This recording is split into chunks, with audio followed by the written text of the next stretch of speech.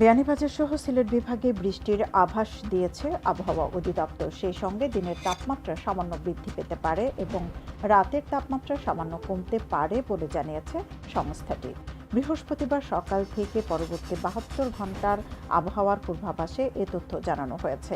এতে বলা হয়েছে, সিলেটের অনেক জায়গায় অস্থায়ীভাবে দমকা বা ঝড়ো হাওয়া সহ বৃষ্টি বা বজ্রসহ বৃষ্টি হতে পারে। সেই সঙ্গে কোথাও কোথাও বিক্ষিপ্তভাবে শিলাবৃষ্টি হতে পারে। গোলাপগঞ্জ উপজেলা পরিষদ নির্বাচনের ঘোষিত ফলাফলে চেয়ারম্যান পদে মঞ্জুর কাদের সাপি চৌধুরী এলিমকে বিজয়ী ঘোষণা করা হয়। তিনি নিকটতম প্রতিদ্বন্দ্বী থেকে ৮,৭৭২ ভোট বেশি পেয়ে বিজয়ী হয়েছেন। ভাইস চেয়ারম্যান পদে ২১,৬৩০ ভোট পেয়ে বিজয় লাভ করেন চশমা প্রতীকের প্রার্থী মোহাম্মদ নাবেদ হোসেন। অপরদিকে মহিলা ভাইস চেয়ারম্যান পদে ২ জন প্রার্থীর প্রতিদ্বন্দ্বিতা করেন। এর মধ্যে সেলিনা আক্তার শিলা ৪৬,৭৯৪ ভোট পেয়ে জয়লাভ করেন। আগামী ৫ জুন চতুর্থ ধাপে কানাইঘাট উপজেলা পরিষদের নির্বাচন অনুষ্ঠিত হবে।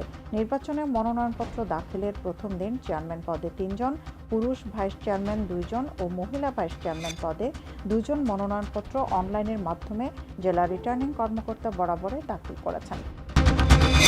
বড়লেখা উপজেলা পরিষদ নির্বাচনে ৫,০২৪ ভোটের ব্যবধানে মোটরসাইকেল প্রতীক নিয়ে বেসরকারিভাবে চেয়ারম্যান নির্বাচিত হয়েছেন আওয়ামী লীগ নেতা আজির উদ্দিন। ভাইস চেয়ারম্যান পদে আবিদুর রহমান বেসরকারিভাবে বিজয়ী হয়েছেন। প্রাপ্ত ফলাফল অনুযায়ী ৬৯টি কেন্দ্রে চশমা প্রতীকে আবিদুর রহমান পেয়েছেন ২৫,১১৫ ভোট। এদিকে উপজেলায় মনোনয়নপত্র দাখিল করেই অন্য কোনো প্রতিদ্বন্দ্বী প্রার্থী না থাকায় আগেই মহিলা ভাইস চেয়ারম্যান নির্বাচিত হয়েছেন রাহেনা বেগম হাসনা।